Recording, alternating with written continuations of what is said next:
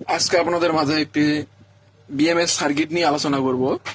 তো এটি হচ্ছে 4 ভোল্ট বিএমএস সার্কিট। তো এটাতে কানেকশন থাকবে হচ্ছে 4টা। এই যে দুইটা, এখানে দেখুন বি পজিটিভ এবং বি নেগেটিভ। এখানে হচ্ছে ব্যাটারি পজিটিভ এবং ব্যাটারি নেগেটিভ। এই পাশে হবে হচ্ছে আউটপুট, মানে আমরা যে আউটপুট দিয়ে হয়তো বা ছোট মোটর বা লাইট চালাবো, আউটপুট মাইনাস এবং আউটপুট প্লাস।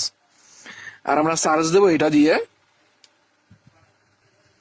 তোমরা এই যে চার্জে দিলাম, দেখুন এখন সবুজ জ্বলতেছে। আমার এখানে যদি পাওয়ার দেওয়া থাকতো, মানে ব্যাটারি এখানে যদি সংযোগ দেওয়া থাকতো, সেক্ষেত্রে লাল জ্বলতো এবং ফুল চার্জ হলে এরকম রঙিন জ্বলবে। তো এই ব্যাটারি বিএমএসটি ব্যবহার করলে আমাদের এইরকম মোবাইল ফোনের ব্যাটারি দিয়ে আমরা যদি টর্চ লাইট তৈরি করি, সেক্ষেত্রে ফুলে যাবে না এবং আমরা এই লিথিয়াম ব্যাটারিটিও চার্জ করতে পারবো।